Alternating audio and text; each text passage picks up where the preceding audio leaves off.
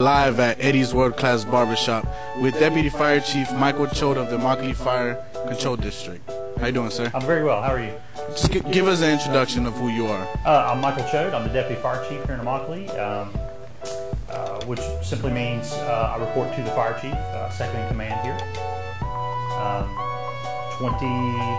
25 years in the fire service. I come from Central Florida. I'm brand new to Immokalee. I've only been down here since March 1st. Love the job, love the people. It's kind of similar to home where I'm from, so yeah, I'm having a great time here. So the big news right now is obviously Hurricane Matthew. Hurricane Matthew. How many hurricanes have you been in? Oh, I've actually been through some hurricanes. Yes, I was the fire chief and the public safety director during the 2004 hurricane season up in Hardee County, and Hurricane Charlie, Hurricane Francis, and Hurricane Jean actually all crossed right on top of us, kind of back to back to back. So very familiar with hurricanes and activations and recovery efforts and so forth. So from what I've heard, this hurricane isn't going to hit us?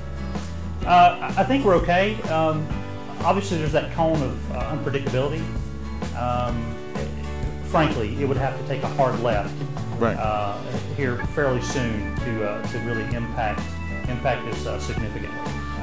What do you think we're gonna get? Are we gonna get a lot of rain, a lot of wind? We're gonna see rain. We're gonna see sustained winds, tropical storm force winds, and keep in mind that's 39 miles an hour or greater. Oh wow! That we'll see. And you know, Hendry County. Let's see, Hendry County, Glades County, and the Inner Collier, which is us, Immokalee. We're going to see that anywhere between 8 p.m. tonight and 8 p.m. tomorrow, or 8 a.m. tomorrow, rather. So, you know, it's if you had to ask for a good scenario in the sense of a hurricane, that is a really good scenario. Right. So, what precautions as a community should we take to prepare for the tropical storm winds and rain? Well, you know, anything that's it's been all over the television all day. So anything that's going to blow around in your yard, you know, lawn furniture, the plastic toys that your children have, and so forth. You know, those are the kind of things that you need to secure. Those are the kind of things that you need to put in your garage. You know, bring your pets in. You know, that sort of thing. Okay. Is there anything else that you would like to advise to people? Well, you know, there's always that risk of losing power. You know, I would issue a candle safety warning. A lot of folks are going to light candles, obviously, when they lose power, and that's fine. Obviously, just be a little cautious and a little aware of what the surroundings are around the candles and so forth when it's dark, because you know the last thing we need is someone to doze off with a candle that's inappropriately placed and fire starts. You understand? Absolutely. And then we'll call you. Yeah. Call us. So where are you guys during hurricane? Are you guys at the station? We're housed, and we will respond under normal circumstances. We would shut down all of our operations should the sustained winds grow to 50 miles an hour. We don't anticipate that happening. We anticipate business as usual for us, which is usually a bad thing if we have to run calls, obviously, because it's someone's worst day. So we do anticipate business as usual. Okay. What have we done to prepare? Let me just touch on that briefly. We've called in extra staff. We are staffing extra vehicles currently, and we have prepared for the anticipated call volumes that we may see. Is this for tomorrow or for the weekend? The rest of the night and tomorrow. Okay. So according to everything you have, when is it going to be back tomorrow?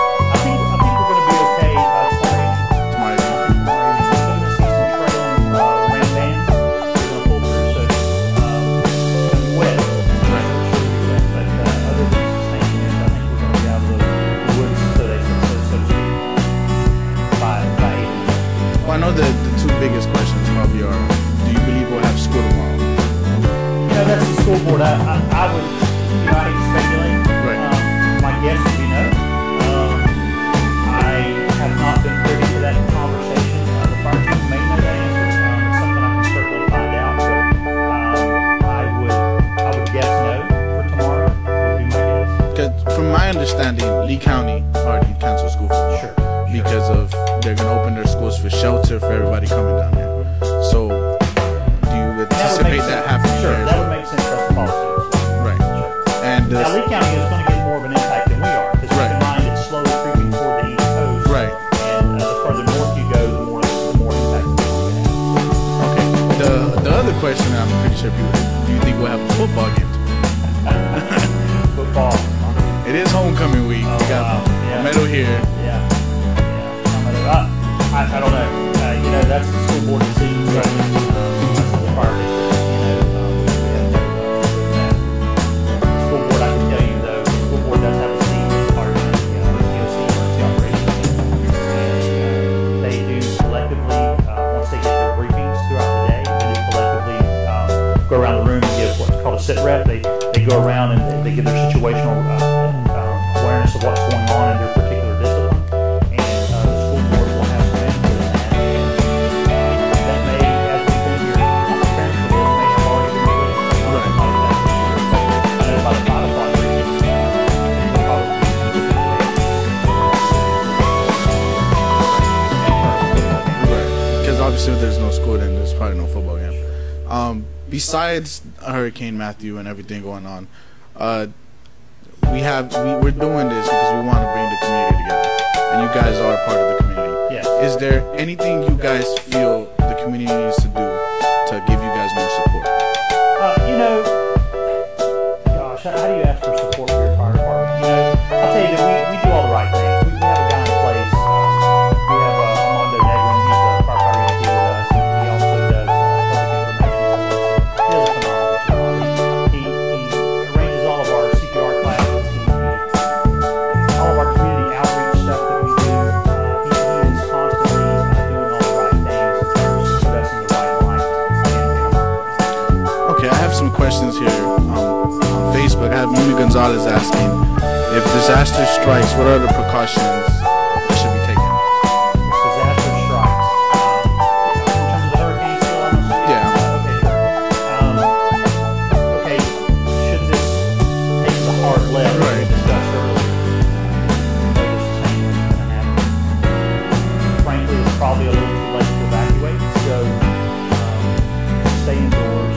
You know, it's kind of too late to prepare. At this point, we should have had our cases of water and our lawn chairs were good. Should have had, you know, the things they always tell you to do, scrub your bathtub full with water. You know, those sorts of things. And those are the things, last minute things that we could do. You know, flashlights, batteries. I've never actually heard the scrub the toilet. Yeah, no, not the toilet. Did I say toilet? I don't know If I said toilet, I didn't mean to say toilet. I meant to say bathtub. Bathtub. Yeah. I've never heard of that. Okay. Another question was service for disaster cleanup and recovery. If the track changes, can we get more input? One more time. I'm guessing the question is, what is the disaster cleanup and recovery for if it hits us? The Collier County Emergency Operations Center has a contract with Collier County. I'm certain all counties they have a contract for cleanup crews to come in and do the initial, you know, cut and clear, so Right. that we can do our windshield tours and the fire department can get out and the damage assessment teams can get out and all the folks can get out and you know. And should it be a bad disaster, we would call resources like crazy. Fire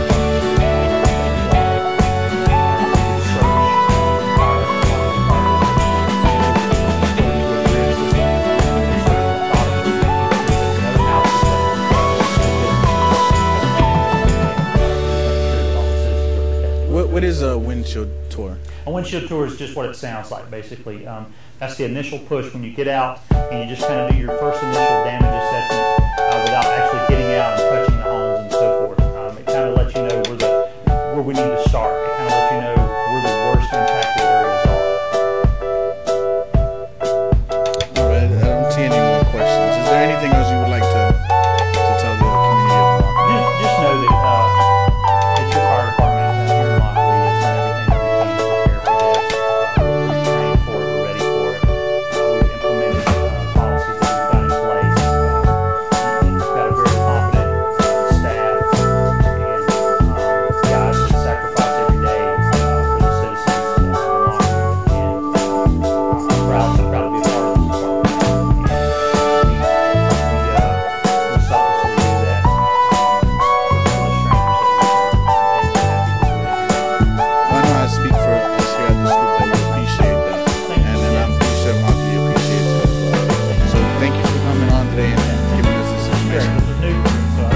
Thank you, sir. Yes, sir. And you did say so. Did I say so?